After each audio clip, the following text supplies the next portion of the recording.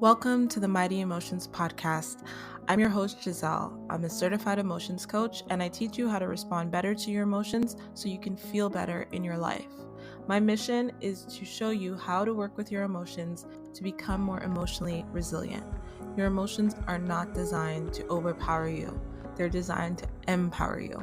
On this podcast, I share what our emotions are, how to understand them and work with them, and the tools you need to reclaim your power and get unstuck from emotional pain so you can find fulfillment in your life again. I'm so glad you're here. Now let's get into the episode.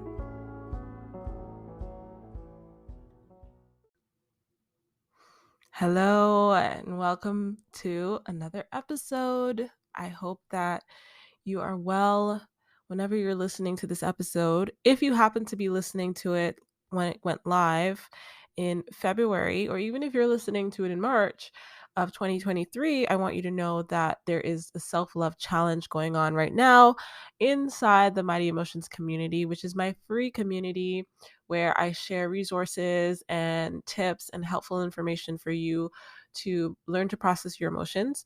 And in February of 2023, I am hosting the self-love challenge. You know, February is the month of love and all of that. So I wanted to share tips with you as we move through the month for you to, learn a new perspective, learn a new way of looking at yourself, giving you these activities and these action steps you can take to come more into a place of love with yourself. And it's a journey for most of us, unless we were raised and cultivated in an environment where that was supported. However, for the majority of us, it's a practice and it's something that we can achieve through these actions. So I'm definitely excited to be sharing it with you this month, every Tuesday and Thursday inside the community. Like I said, it's free to join, and you just go to the self-love challenge tab and you'll find it all there. And if you're listening in March, it'll still be up until the end of March 2023. So head to mightyemotions.com, sign up for the self-love challenge, and I can't wait to see, the transformation that you experience at the end of the month. Now, with regards to today's episode, I want you to think about your relationship to yourself and self-love, right? Um, what do you think self-love is? How do you feel about yourself? And that can be a heavy question, but I really just want you to kind of step back and observe, and not judge, right? Just step back and observe, not to like describe it or anything, but just like take stock of it, like take the temperature. Where are you at in your relationship to yourself? And I wanted to share in this episode how I was able to transform self-loathing into self-love, which I'm sharing, like I said, inside the community briefly, but I wanted to kind of dive more in depth in this episode because I hated myself. Okay. I hated myself. I loathed myself.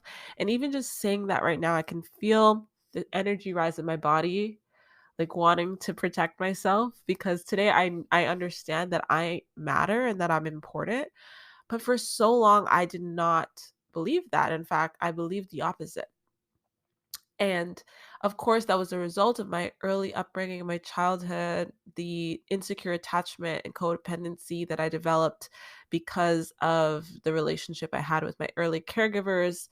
I've also, dove deep into how I healed that inside my audio course, Healing the Narcissistic Mother Wound, which is available now as well inside the portal.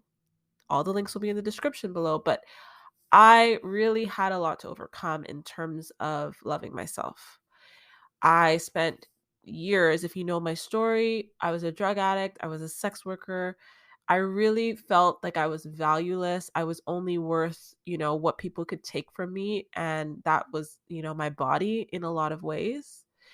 And I did not believe that self-love was attainable for me. And I'm so grateful that I can sit here and share with full gratitude that that isn't my reality anymore.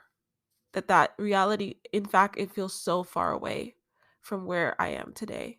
And I'm so grateful because there's a lot of us out there. Maybe you listening to this, maybe you know somebody. Nobody can see how we're feeling inside. Nobody can see the thoughts we're having about ourselves. but it's showing up in the results we're getting in our lives. It's showing up in the ways that we engage with our world. And when we don't love ourselves, when we hate ourselves, the things that we allow, the actions we permit, the relationships that we submit to and engage with, they don't increase our value. In fact, I'll speak for myself. The relationships and the actions that I engaged in, I did it to punish myself. I knew that those relationships weren't healthy, but I loathed myself so much that I felt like I deserved to be punished. This was the treatment that I deserve. And I didn't realize until years later through this healing process that that's what I was doing, that I was allowing myself to feel punished for feeling unworthy, for feeling like something was so wrong with me. I used to say all the time that who can love me if my own parents don't love me? Like, who's going to love me if my own parents don't love me? That I would say that all the time, and it felt so real, right? Because I thought these are the people that are the core and the center of my world, and they brought me into this world and they hate me. So I must be unlovable. Those were the thoughts that I had, and I don't know about you, but I know that there are so many people, because of the people I've worked with, the conversations I've had, the space I've held, so many people feel unlovable because they understand from an early age that external validation is a need. And when that need isn't getting met, we create stories around why that need isn't getting met. And the reality, the truth is the need isn't getting met because the people in our lives are incapable of giving that to us. But as children, we're so ego focused. We're so, the world revolves around us. Everything has to be come back to us, right? And so as children, we are like, well, if they don't love me, it must be because something's wrong with me because I'm unlovable. We never attribute other people's behavior to them, right? To what's going on in their internal world, because that's something that we learn through maturity. But that is the truth, that their behavior is never your fault. How they treated you was never your fault. It had nothing to do with your worthiness or your worth. And so I had to learn that along the journey to loving myself. I had to first really believe that, agree to that. A belief is simply a thought we agree to. And I had to agree to that thought that, you know what? My worthiness is not determined by them. I cannot keep it connected to them and have them hold the keys to my worthiness because I want to flourish. I want to have a fulfilling life. And I'm going to go out there and I'm going to get that, right? And it absolutely required that other people, other safe relationships were around me, that I had removed myself from those relationships and environments where my worth was being diminished on a regular basis and reflecting that back to me. I had to shift that around because I needed my environment to be safe. I needed to be free to be myself. All of the needs that I talk about on a regular basis, meaning, connection, freedom, safety, had to be in place before I could start to do the work to really reflect and to really process. But even then, after I had started to do it, I found it so difficult to love myself. I was so confused as to, why is it so hard to love myself? I must be unlovable, and kept going back to that. And I realized that it is a process. It is like a ladder. There's like a ladder of self-love, if you want to call it that way. Where I had to start out by just acknowledging and surrendering to the fact that I am who I am in this moment, right? It doesn't mean I can't change, but everything that I've tried to do to reject myself and push away the thoughts that I have about myself has only caused me more harm. So I have to surrender to the fact that, okay, here's where I'm at. Here's the starting point. Okay.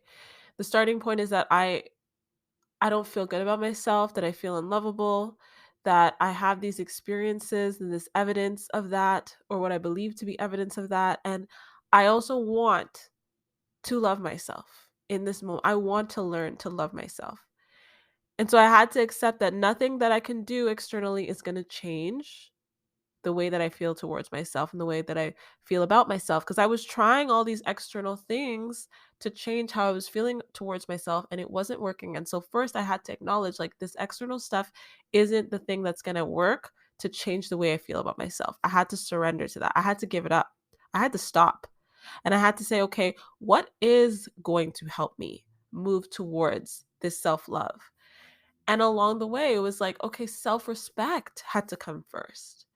I had to stop engaging in behaviors that were diminishing my self-worth. I had to stop accepting relationships where I wasn't being valued. I had to choose value over desire in my relationships. There were a lot of relationships where people needed me to be something for them and they didn't value me as myself. And I had to say, no more.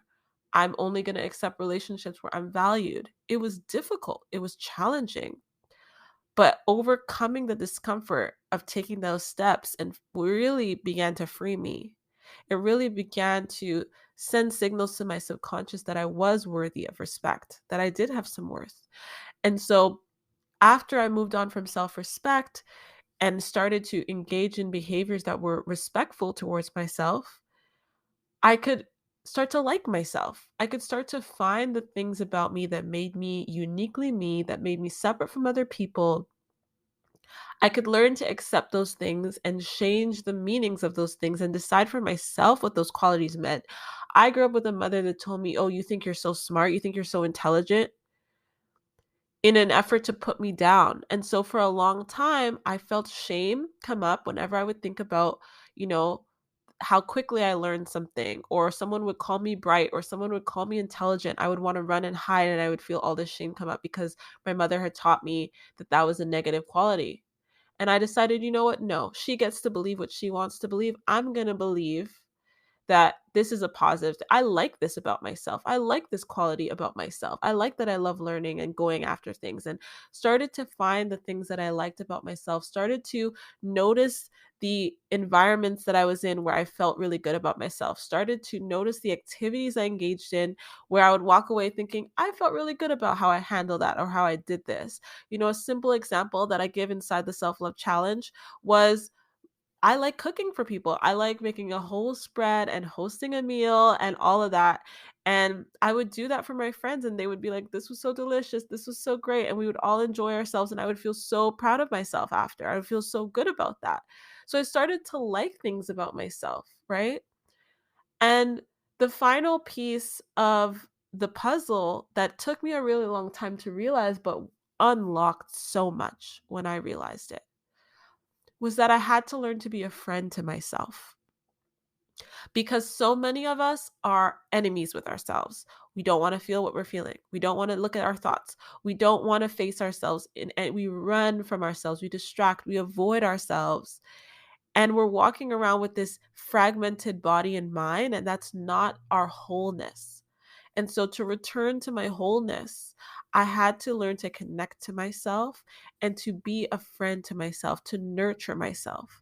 And the way I learned to nurture myself is the way I teach to nurture yourself, which is to feel your emotions, to process it, to move through it, to allow them to move through you, to look at the stories, to make decisions, to look at your underlying needs and getting them met.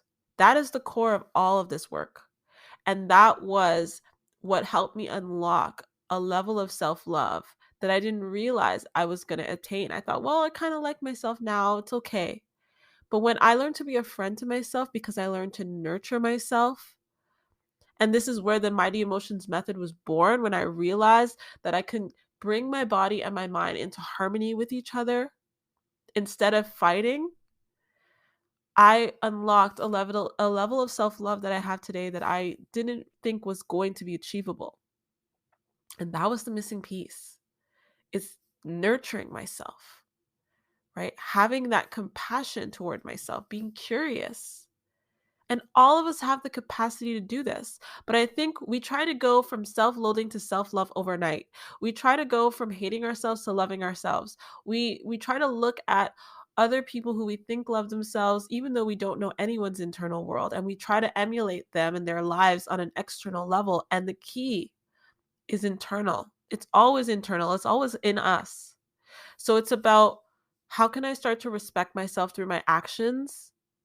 How can I start to like myself and celebrate and magnify and amplify the things about myself that I love? And then how am I going to nurture myself and connect with myself?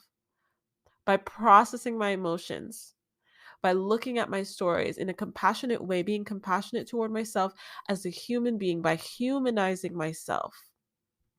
And that is how we unlock the self-love that, guess what? Is always in you. It's already there. It's just suppressed underneath all the stuff we don't want to look at and process. And only by clearing that out can that self-love come through.